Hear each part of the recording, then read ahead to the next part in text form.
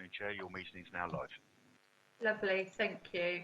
I believe we are short of 2 people, Alison Jeffries and David Williams. Is that others understanding? Those are the only 2 people we're short of? Yeah. Right. In view of the time, we're going to start the meeting. So I will read my spiel. Good afternoon and welcome to the Extraordinary Governing Board meeting. I'm Dr. Elizabeth Fellows and I'm chairing the meeting today. We're meeting virtually in response to the limitations placed on governance by the COVID-19 pandemic. Members of the public have been invited to view this meeting via a link available from the CCG website. Papers for the meeting are also available via the CCG website. Today's meeting is being recorded so that in the event of a failure of technology, it can continue and will then be uploaded onto the CCG website as soon as possible. Board members are requested to keep their microphones on mute and to only turn these on when they are called to speak. Please only use the chat function to indicate that you wish to speak and do not use for questions and answers, because this is a meeting in public and the public won't be able to see the chat function. So please can I ask everyone taking part in the meeting to confirm they are present. So Helen. Present, Elizabeth. And Karen. Here, present, Elizabeth. Linda. Here. I'm here. Margaret. Yeah. Alison, has she joined? No. Not yet. Not yet. Carsten. Here. Present. Graham. Yes, here, Elizabeth.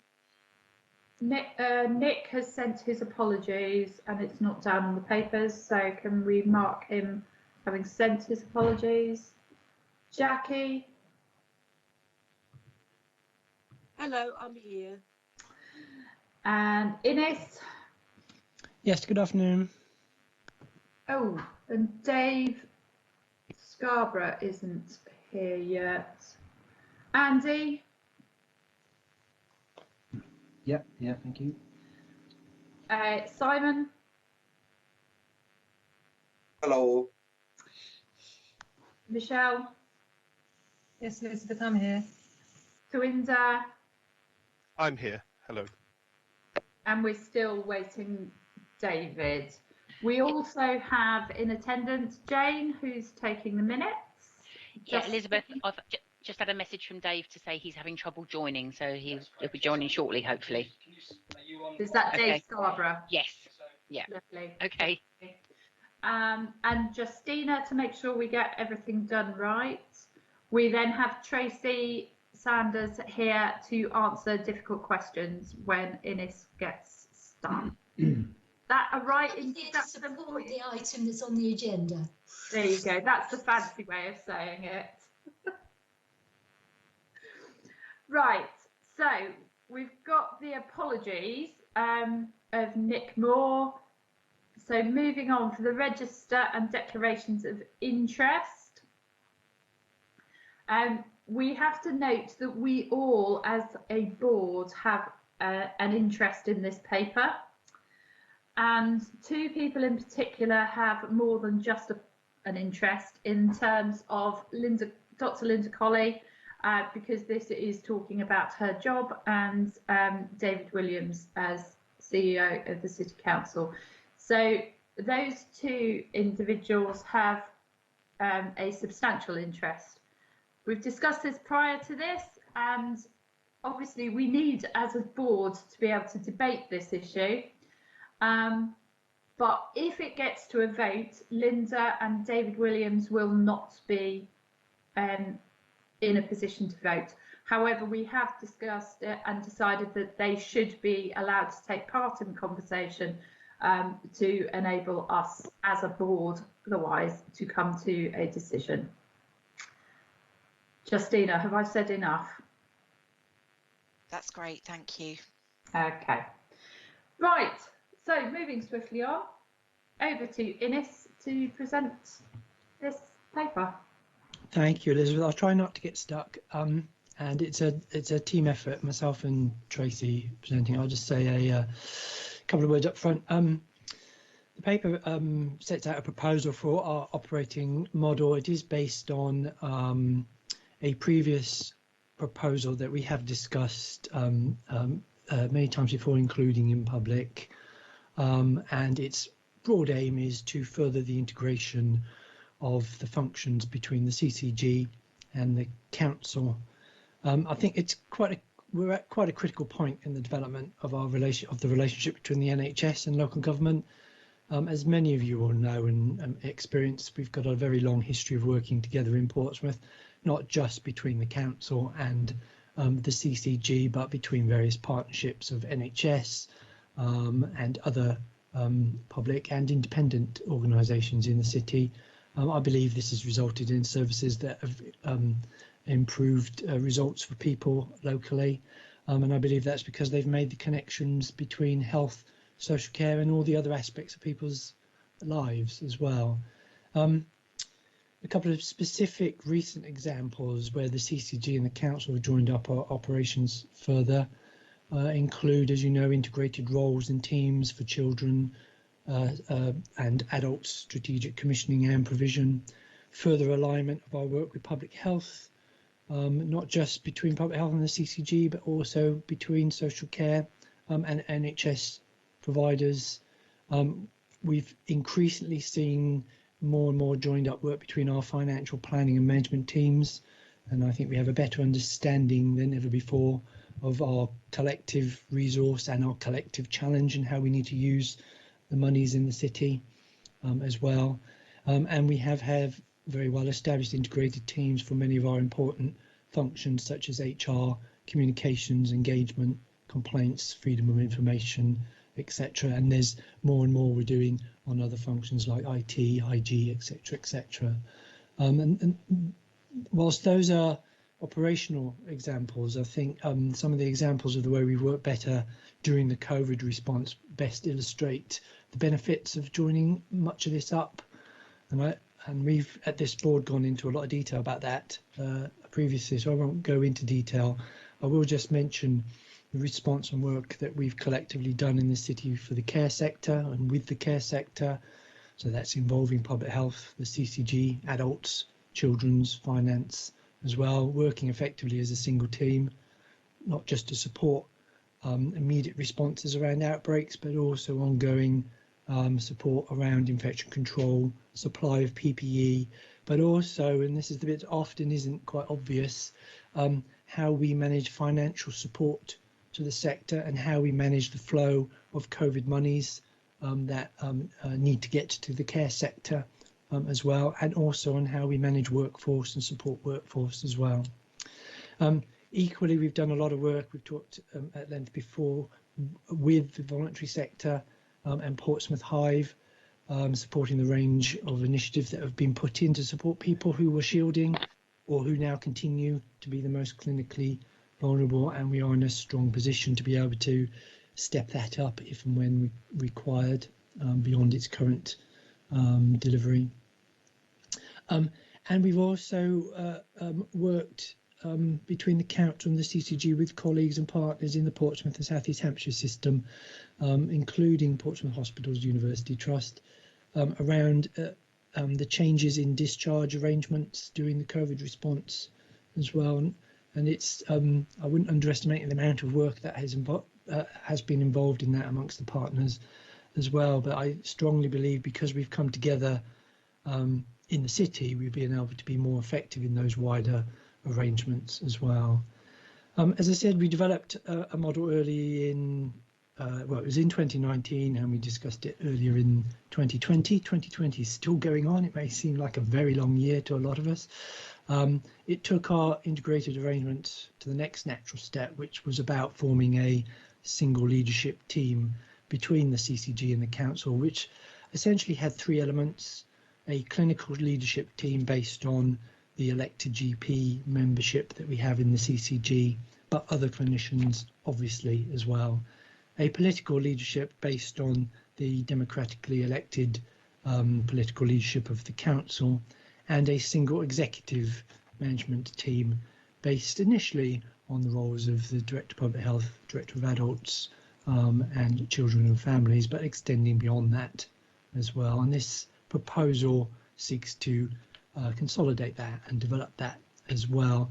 It may seem on the surface about joining up senior teams, but what that does is it allows us to look at how we join up all the teams that sit with those senior leadership roles as well.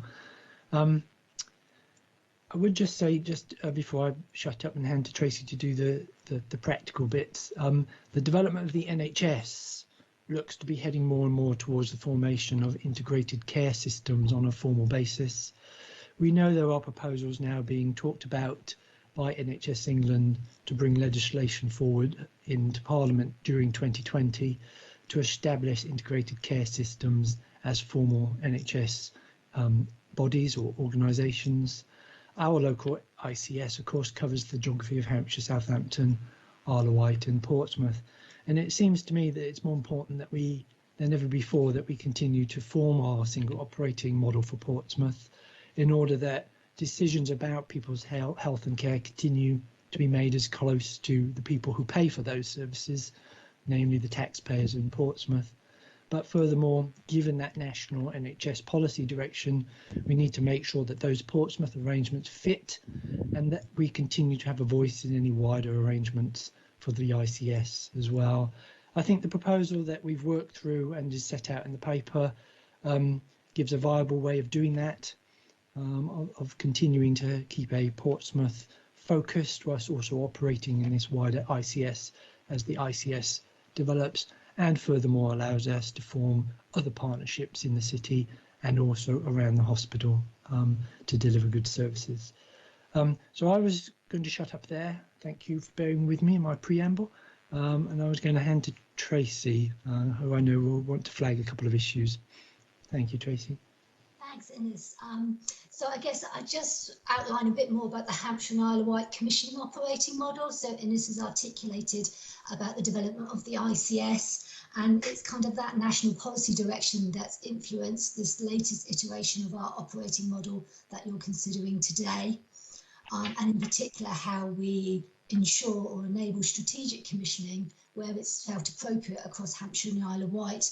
And you'll see in section 3 of the paper a series of graphics really that try to set out the work we've been doing with our colleagues in commissioning across Hampshire and Isle of Wight to set out how we think we'll get commissioning right at what we could consider 3 layers. So the health and care Portsmouth layer that we want to build up from, the Portsmouth and South East Hampshire system level that we have well-established working arrangements already in place for, and then the Hampshire and Isle of Wight commissioning aspect of the ICS.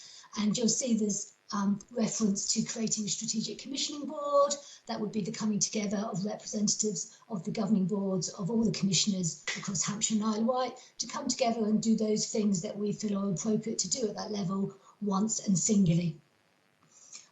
It's work in progress, as all these things are, and we have a lot of conversations with our colleagues about actually we need to learn by doing.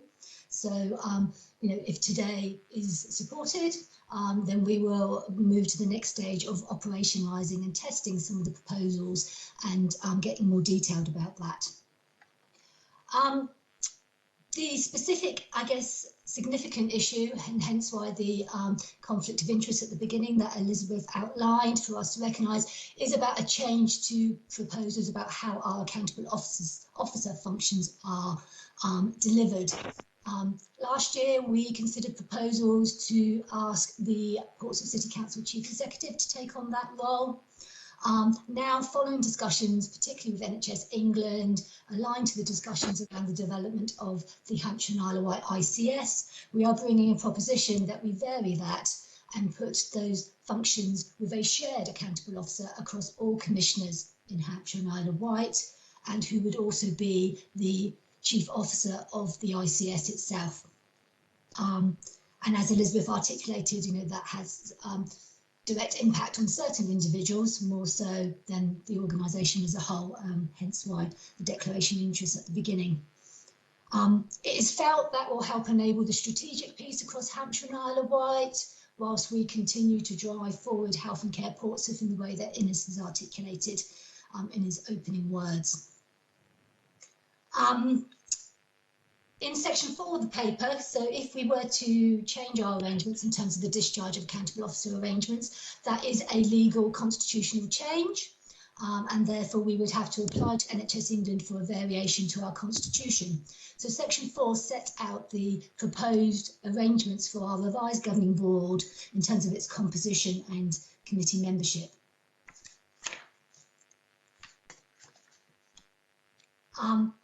We've done some consultation and engagement about this over the summer. So between July and September, we have done work with member practices and our primary care networks. That's particularly important as they are our members, they own our constitution, they give us the powers that we have as a governing board and a CCG, and therefore their views are very important in this matter in supporting any variation to our constitution.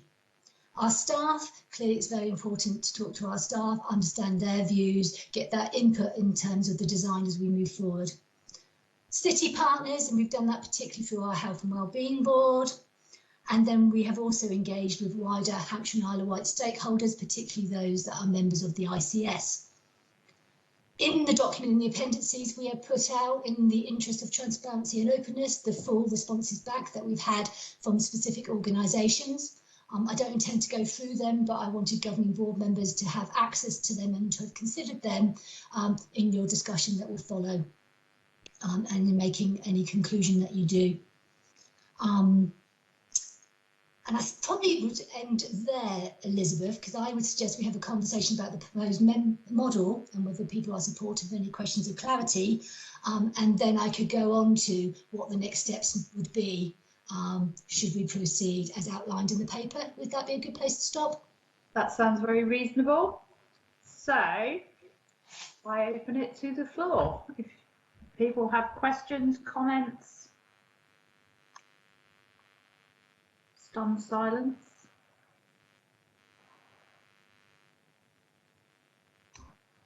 Jackie got a hand up? Jackie, I can't sit right. Thank you. And Andy now. Right. So Jackie, then Andy, please.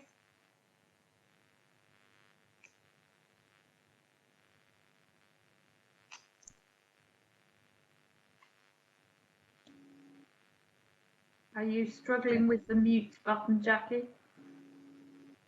Can't see. Oh, Oh, your hand's gone down, Jackie. Right, no, I'm here. I'm here. Okay. Can you hear me? We can now. I was struggling with the mute, you're right. I fully support this, I can say that from the get-go, and I really liked Alison from Alison's comment where she evidenced why she felt localism was best, because from her own evidence 5% of the work that was needed would be across the wider footprint, and I just found that really, really helpful. I thought as well, in terms of the political leadership, it might be helpful for people to know that we're going for, I think we're going for a cross-party representation, so it doesn't feel perhaps politicised in any way, and that might be helpful to articulate that under the political leadership bit. And I did note that there's a number of organisations who are asking for a further discussion on how the AO role would work in practical terms, and I didn't know if we were taking that forward. That's me. Thank you. Thank you. Tracy, do you want to come back on the AO role, or shall we? Yeah, so in the responses, you're right, there are a number of questions of clarity. People are seeking about actually how arrangements for the AO and in other ways will operate. And yes, clearly we will work with people as we move forward, should we make the decisions today, to clarify those. Some of them we've probably already thought about and could articulate responses to. Some are things that will be discussed and developed as part of the next stage of organisational design. And, you know, we're committed to working across Hampshire and Isle of Wight with our commissioning colleagues, and that will be the main mechanism in terms of agreeing how Hampshire and Isle of Wight approaches will work. Yeah, thank you. And I saw Innes nodded, but was that nodding in agreement that it's cross-party representation that we're hoping for when we're looking at integrated working with PCC? Yes, and there is there's a commitment, isn't there, to cross-party representation at the Health and Wellbeing Board, and I understand there's a commitment to continue that in all the work of Health and Care Portsmouth. Thank you. That's really helpful. Andy. Thank you very much, Margaret. Yes, one of my questions was aligned to Jackie's actually on the political representation, and I think there might be some work taking place within CC to bring back the more committee role, which is cross-party, rather than the sort of cabinet style we have at the moment, which would be helpful. I'm also in agreement with the paper. It's very well written, very well laid out, and directs us to where we need to be going. One small element of it, and I speak perhaps as chair of audit, is finance. The supportive arrangements around that. If we have a new AO, could that AO redirect funding to areas of greatest need or greater need? It's sort of, how does the money work? I don't see a lot of detail on that in the paper, so I just need some assurance of how that would be seen to be working in the future. Thank you. Thank you. Michelle, can you come back on that one? Yep, take myself off mute, might be able to say things. I think we've started that work already, Andy, in terms of our finance teams are trying to work together to understand the different elements and the different reasons why we have funding and how we can pull that. And we've got some really good examples, haven't we, as a local system around how we utilised our money better by pooling it. So I think as we go on the journey, we'll understand that a little bit more, but you're right, probably to reference how do we do the governance and audit committees, and I think that will be part of the next stage of what do we need as a CCG versus what do we need as a Health and Care Portsmouth, and indeed where we can do those jointly, does it make sense to do so? And also linking it back into the wider ICS as well. So as a CCG, we have our NHS responsibilities as well, don't we? So we'll be working at all the layers that are laid out in the paper to make sure we get the right harmony for ourselves and for our patients. So, I guess it's just worth noting that in these proposals, Portsmouth would remain as a statutory entity in terms of CCG. So therefore, under that current rules, we will continue to manage our own finances, our own accounts, and so on. Mm-hmm. However, we are also aware that more and more frequently resources will come in terms of new investments via the ICS. So therefore, we do need to work across Hampshire and Isle of Wight to determine how such resources are prioritised to the right areas for the right things. And that's an emerging area of policy, both nationally and locally, Michelle. Yes, absolutely. Thank you for that extra pieces of information, Tracy. Yeah. As part of this, we need to establish what do we keep, what do we need to change, and how do we go forward as a result. Thank you. So can we move to David and then Graham? Thanks, Elizabeth. Yeah, I think the point that Tracy's just made about Portsmouth CCG remaining as a statutory entity is really significant. And you know, reading through some of the representations, the wider representations we've received from other parts of Hampshire and the Isle of Wight, you know, I do feel at times that our consultation is being used as an opportunity by other parts to try to explore what on earth their future is. And some of it, you know, might be better directed elsewhere. But I do think that we should look to respond to those the feedback that we have received. But I don't think it's all at our door. And clearly, you know, that there is a lot of unpacking to be done amongst the 6 CCGs that are proposing to merge. By comparison, our proposal, I guess, is relatively modest, but it's, you know, it's very important for the future of the work that we do across agencies in the city, that we are fully plugged in and committed both to what's currently called the ICP, I'm quite sure what that's going to be called in the next few months, and also the ICS. And certainly, from the City Council's point of view, we will be wholly committed to that wider engagement as well. It's a matter of making sure that we're only doing at the bigger geography that which makes sense to do at the bigger geography, and that the focus is on the residents of Portsmouth and best meeting their needs through deeper integration. Thank you. Thank you. Graham. Oh, sorry. Tracy. I was just going to come back on that point in terms of saying that the model that our colleagues in Hampshire, Isle of Wight and Southampton are aspiring to, they describe having a strong local team element. So I think it's how the local teams across Hampshire, Isle of Wight, Southampton can work with us as a local team in doing that. So they might come from a different governance architecture, but actually the localism, I think, is key to all those 4 local authority areas in terms of health and care. Thank you. Graham. Thanks, Elizabeth. I mean, David actually said some of what I was going to say, actually. I think the way I come at this, and I think the way we all come at this, is what is best for the communities of Portsmouth. And I think Health and Care Portsmouth, as is said in the paper, has been a really strong, viable way of achieving what we want for our citizens. And I think that integration fits entirely in with what the long-term plan was asking us to do. So it very much aligns with where we want to go. I think the only bits of feedback I see that kind of recur are a couple comments about fragmentation, etc. And for me, there's lots of good examples around how people work across partnerships in both private and public sectors, and I think those are all within our gift to resolve. And I think as long as the wheel is there, the most important thing is, do we share common objectives? I think we all do, and therefore if we get the work in place around having the right governance structures and communication that works, then there isn't any reason at all why that shouldn't work. And it's not a kind of either or. I think has been said, we will do work with our partners across the bigger ICS footprint and do that very successfully as we've done in the past, but we will deliver also locally very successfully for our people. Thank you. Alison? Hello. Just briefly to say, I'm obviously completely in support of this, written in, and as Jackie pointed out, emphasise the significance of our local work.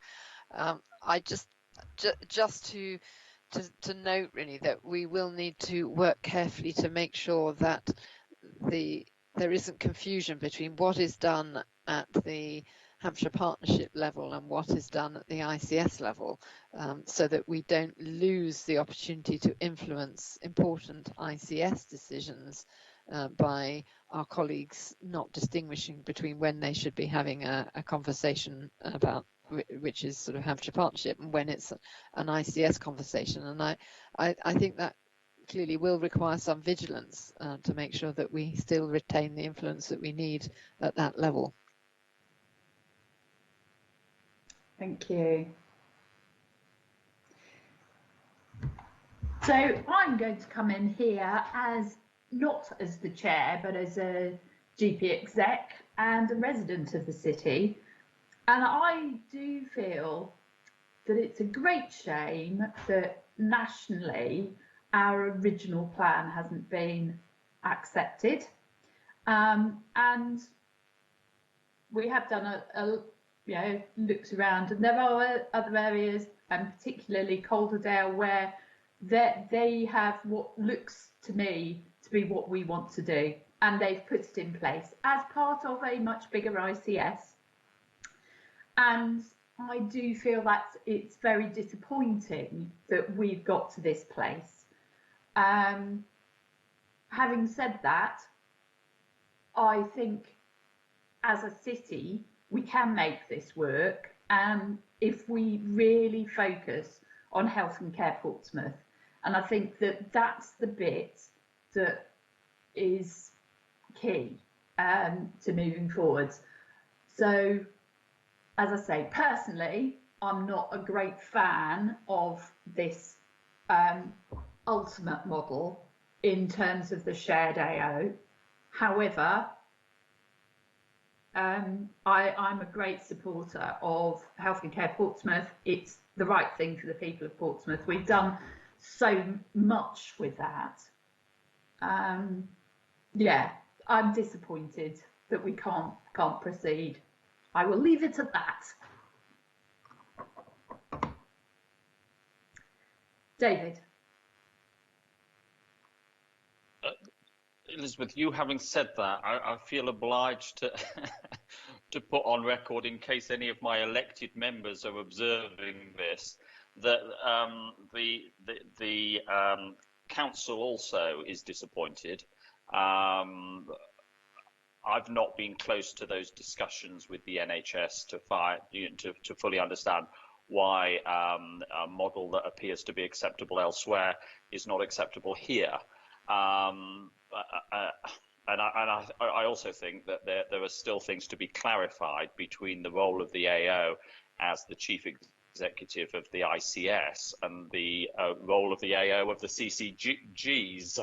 But anyway, at least I do reflect that I reflect your disappointment really in terms of where we've got to. I've learned over the years that the NHS works in mysterious ways. Thank you. Margaret.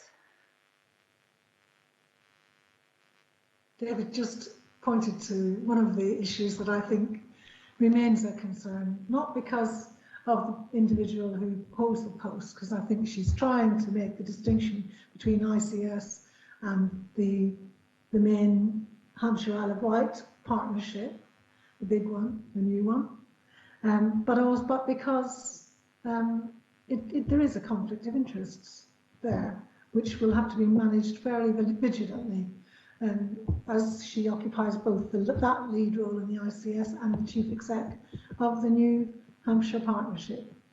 So we need to be careful of that and wary of that.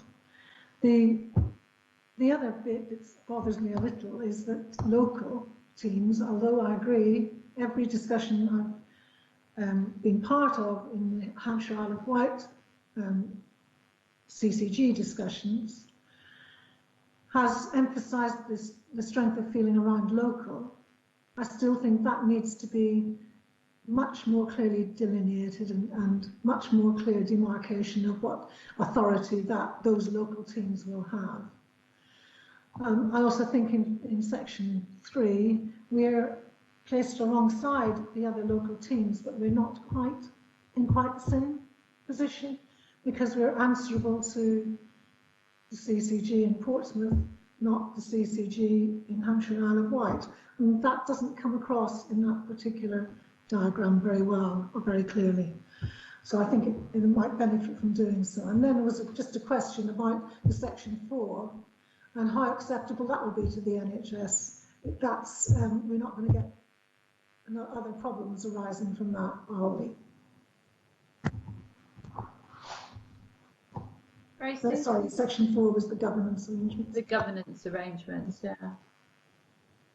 Was there something specific in section 4? Is it the general proposal in terms of if we vary our governing board membership in the way set out, will that be approved by NHS England? Is that the question? So yes, we believe NHS England will approve our application for a variation to our constitution in line with the arrangements set out in section 4 of the paper.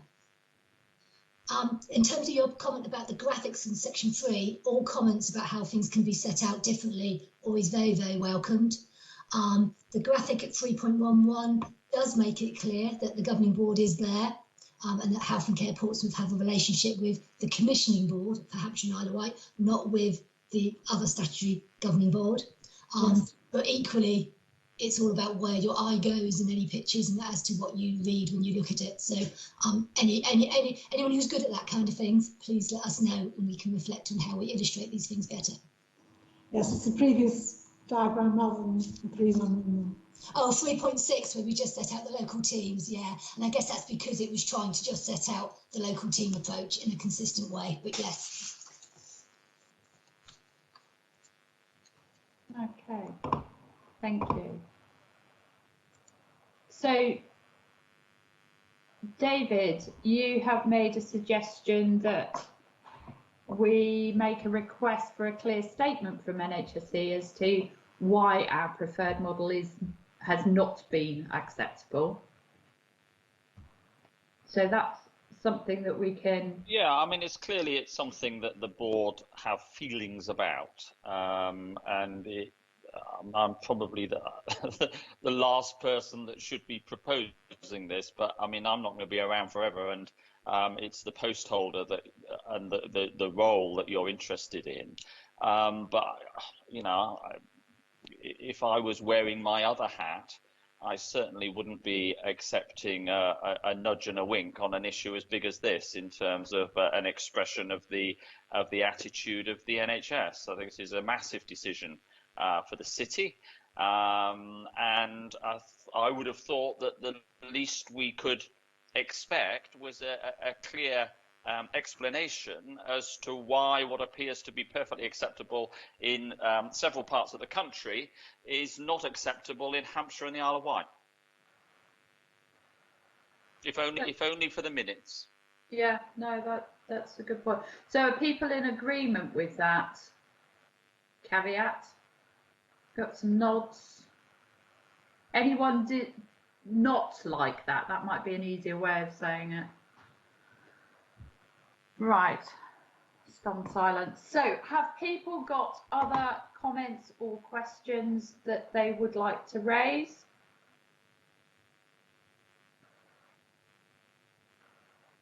Okay, what I would like to do is to go through the recommendations and the actions. Linda came up with an interesting suggestion that if people agree an action or recommendation, would you all raise your little hand? For those of you, I think everyone's got those now. That put your hands up, and then we've got a very visible sign, yeah, like Carsten's just done. I haven't said anything yet. So that we've got a very visible and clear way of making this go. Having said that, Linda and David, please don't, because you can't enter this bit of the decision making. So we are being asked to reconfirm it remains strongly committed to further integrated working with the City Council under the executive leadership of PCC Chief Exec and clinical leadership of the CCG and elected leadership of the Council.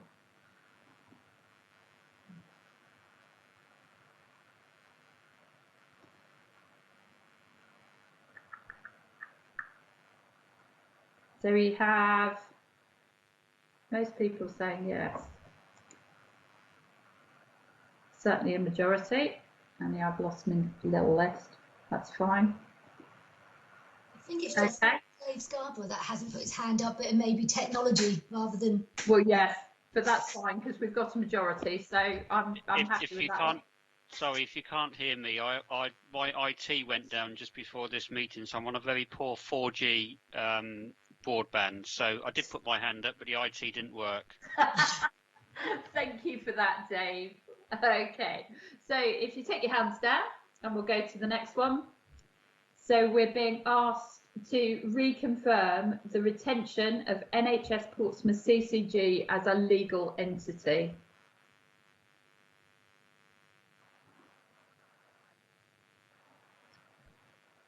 Oh, my computer's gone.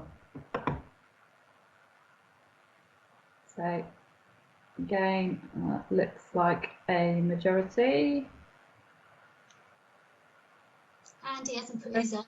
Andy doesn't know.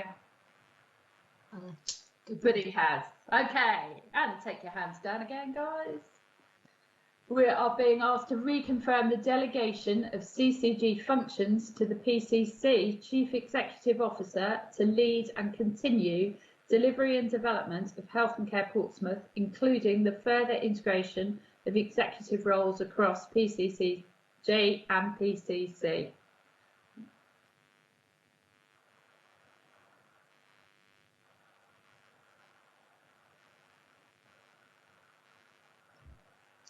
quiet doing it like this, but it's much more visual.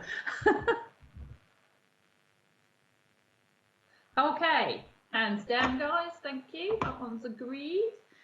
Then we've been asked to approve the proposed amendment to the CCG Constitution to move to a managerial AO, a post to be shared with other CCGs in Hampshire and Isle of Wight, who will also be the Chief Executive Officer of the Hampshire and Isle of Wight Integrated Care System.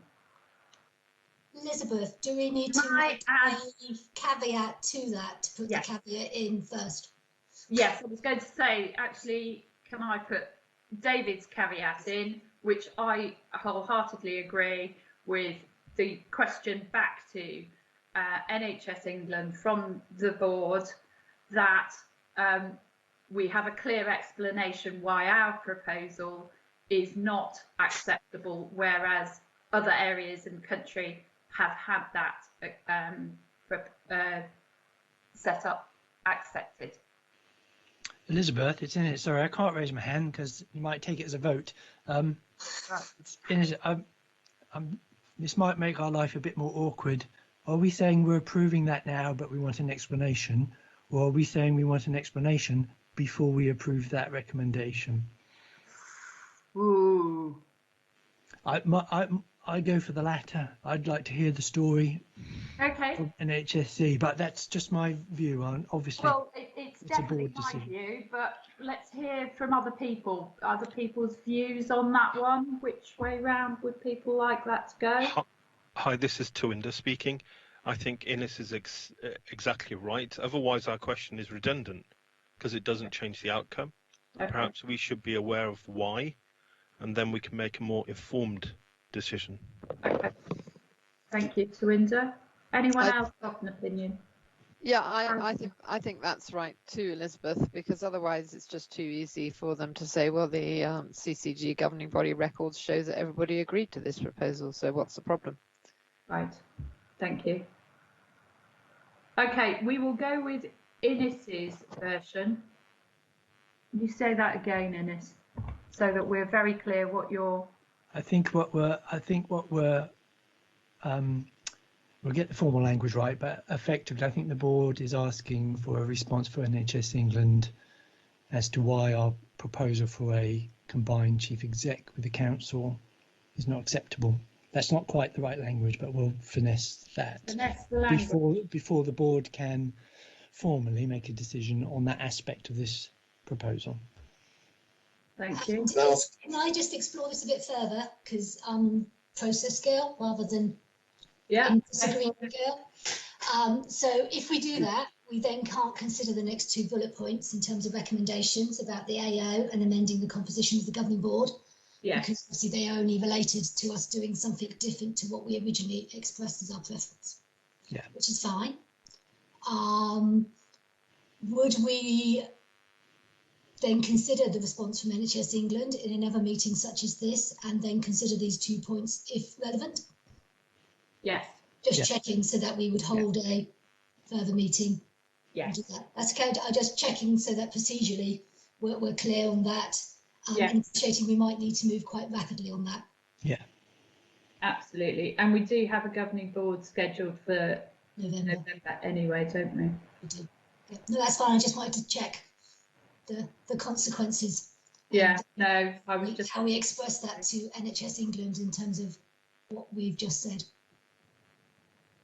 Okay, Andy, and then Simon, unless you're voting. No. This is a comment. If we are therefore formally making an amendment to the recommendation, we should be voting firstly to agree the amendment on the recommendation. Yeah. Secondly, when it is superseded with Ines's words, we then agree that as well. Right. So we agree to change, then agree. We agree to change the recommendation and then vote on the amended. Okay. Thank you. Simon? I just wanted to ask if the NHS comes back and gives us their reasoning as to why we have failed to meet their criteria as other areas have, can we not put in a slightly alternative offer back to them to explore this as the avenue, considering this is the avenue that we seem to want to remain independent? or is the time frame too short for us to really take the feedback and use it to our further development? That's a good question. I don't think there is a very urgent pressing timeline, unless someone else tells me differently. We are trying to align what we do here with the Hampshire and Isle of Wight CCG's proposals around their format and the formation of the ICS. So I guess everything we do will need to be within that timeline. But I think there's no harm in taking the feedback from NHS England and considering what that means for our proposals as well. I think, and this isn't as chair of the board, this is a personal comment again as one of the GP execs, being I think this is our opportunity to do what we had planned to do potentially, and by agreeing to the proposals as they are, there is a real risk we're just going along with it. So the worst they can do is say, no, you've got to carry on with this. For however long CCGs stay around, which is another matter, isn't it? Just to be devil's advocate, the worst could be a different solution completely. Sorry, Tracy, I was just thinking that, are we at risk of then them saying, no, we'll actually rethink and go back for the whole hog? I don't know, but I'm just saying, Yeah, but in light of proposed, the possibility of changes anyway, isn't this an opportunity for us to try and protect our setup better for the future? Oh, as a governing board, you need to do the thing that you believe is the right thing for the people of the city. And if that is questioning in the light of recent news coverage of the model we'd previously supported being executed elsewhere in recent weeks, that's a clear narrative, isn't it? So I think that holds together. The reason for asking the question of NHSE this week is because of reports that others have been allowed to proceed on the basis of our previously preferred model, express model. So I think that's fine, but equally one cannot judge what reaction that creates. Okay. So it's just a risking issue, isn't it? In terms of logging it, I'm not sure we can do any more, but we shouldn't be going to it too naively. No. So Jackie. I was going to say, I think Tracy's probably articulated my slight qualm about this, which is that the option we would like is that NHSD would kind of like go, okay, what's the worst case scenario for us? So I kind of like the idea of like a light touch challenge. And I like what Tracy said about, we've just noticed recently this model has been accepted. In those kind of couched in those sort of words, I think would be extremely helpful and less likely to have a big pushback than if we were quite dominant about it. Does that make sense? Yes. Yeah. Okay. That was it really. That's my only twinge, is that the risk is that if we don't tread carefully, they'll just go, right, we're going to tell you what the model is, join everybody else. I guess you have to balance that with saying it with conviction. Yeah. Yeah. I think that makes sense, because otherwise it's the same point as you could agree to the next two recommendations just in case, and that would be another sign of willingness to concede when you have to make sure there's a narrative. It's a tricky one, isn't it? We want to be able to move forward, we want to keep going with Health and Care Portsmouth, but equally we have to demonstrate that we want to work as part of Hampshire and Isle of Wight, as we currently do, but we have to agree an operating model that meets regulatory requirements. Yeah, if I can, I don't think we're saying we're rejecting everything. I think we're asking, from what I hear on behalf of members, for a reasoned explanation from NHSC why our proposals don't fit in with the national policy direction. It is a gentle challenge. I think it's a right one, given that a lot of the discussions and development have not not always happened in public. I don't mean that as an accusation, or just that's the nature of the working. We do development and then we bring key proposals into the public arena. This is the first opportunity we've had to discuss this in the public arena. So I think it's a reasonable question to ask. Okay, so if we can first of all then, as per Andy's guidance, vote on, are we prepared to go with the Innes's amendment of the challenge to NHSE, why our previously proposed model was unacceptable in light of recent announcements of other areas models being approved? So am I right in thinking, Andy, what we would do is, first off, we would have a vote on amending the recommendations, which would be to remove the last 2 bullet points of the recommendation and instead put a new recommendation for which we need to agree the words regarding writing to NHS England to request an explanation as to why our previously stated model was not acceptable, particularly in light of recent news of it being implemented elsewhere. And then we vote on whether we like that revised recommendation.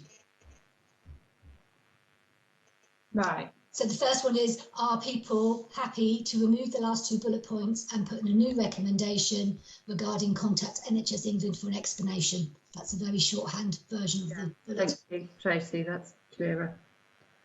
So do people want to raise their hands if they're raising their hands at the moment? I guess if anybody dissents, best to speak up. Yeah. Can't see any dissenters. No. Okay. So that's the amendment to the list of recommendations to the paper. And now we want to consider the approval of the revised bullet point that we've put in place. Yeah, Andy? Yeah, Andy's agreeing with me, good. Yeah. I'm understanding him. Right. So, do people want to vote about supporting the suggestion to write to NHS England to request an explanation before doing anything further? Yes, because that's now the formal recommendation which we've agreed. Yeah. Any dissenters, please speak up.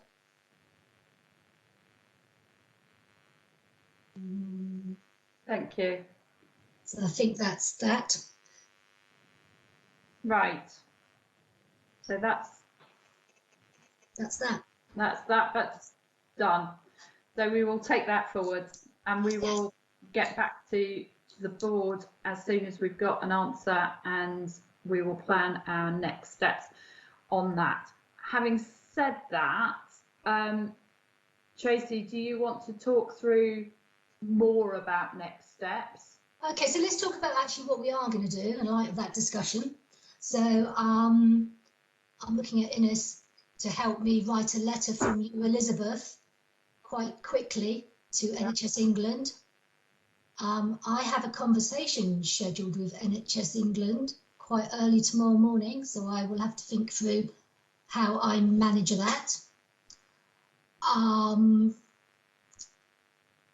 And then we will look at the options for how the board can consider the response we receive back from NHS England and to do any business as a consequence of that response. Yeah. So you talked to Elizabeth that we have a November meeting already scheduled, which we could use, or we could schedule something else extraordinary. So I think that's where we are. We will carry on our conversations with Hampshire and Isle of Wight colleagues about the Hampshire and Isle of Wight commissioning operating model, because that's still relevant. We still need to work at all the layers that we've talked about so we can carry on those conversations. And so I think that's it for now. Right. Seems to be adding to that. What I had set out in terms of, I'm just scanning what was in 7.2. So the application for a variation to the Constitution will be on hold. Yeah. Any HR affected by change processes will be put on hold. Yeah.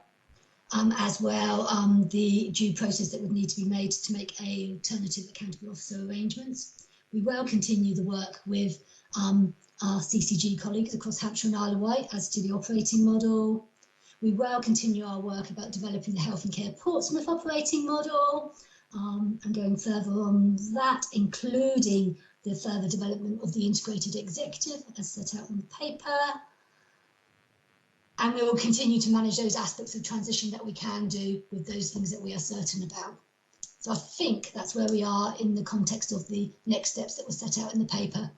Lovely, thank you. Those related to AO will be put on hold pending clarification of what model we're moving forward on. But the development of Hampshire and Isle of Wight, Health and Care Portsmouth and Portsmouth and South East Hampshire working arrangements can continue. Absolutely. So we've got several people with their hands up. I'm assuming these are new hands up.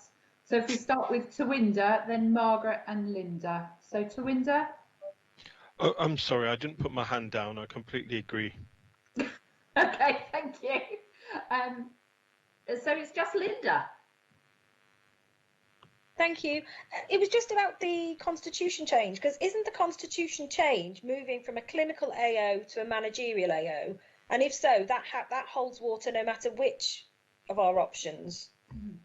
The constitutional change is two-part in the proposition that's in front of you. So yes, it's changing from a clinical to a managerial post. Yeah. But it also adds to the composition of the governing board. So we were proposing to add the managerial AO to the governing board composition. If that's not the model we're going down, we wouldn't be doing that, because we would have the executive leader of Health and Care Portsmouth, who is already a member of the governing board. Right. Okay. That's it. That's why. So I think we should hold the variations of the constitution. Otherwise, you'd have to do it twice. Yeah. No, that's fine. Okay. Unless Justina disagrees with me, she's my governance expert. No, I certainly support that, Tracy. Yeah. Thank you. Yeah. Well thought of though, Linda. Right, has anyone got any other comments they want to make? Right, well, thank you very much. We've got our next meeting in public is Wednesday the 18th of November. Graham, you've put your hand up. Sorry, this is probably a statement in the obvious, Elizabeth, so apologies for saying that, but I'm just very conscious if Tracy's got a meeting tomorrow morning and is starting to follow up on this, that it feels like we ought to have the best possible information we can have about Calderwood and our colleague areas where our preferred model has been accepted, and appreciating there's probably not opportunity between now and tomorrow morning probably to get hold of the people we'd like to, but I'm imagining in the same way we all have our board papers on the internet, etc., there may be useful information in that would help us with those discussions, and to make sure we're not missing a bit of information that would have been helpful for us to have known before that conversation. Thank you. And certainly Ines and I have done a little bit of finding stuff already. I think in terms of my conversation tomorrow, there's obviously several approaches one could take, but I can formally outline what the decision was today, and therefore communication will be being made shortly from the chair of the board.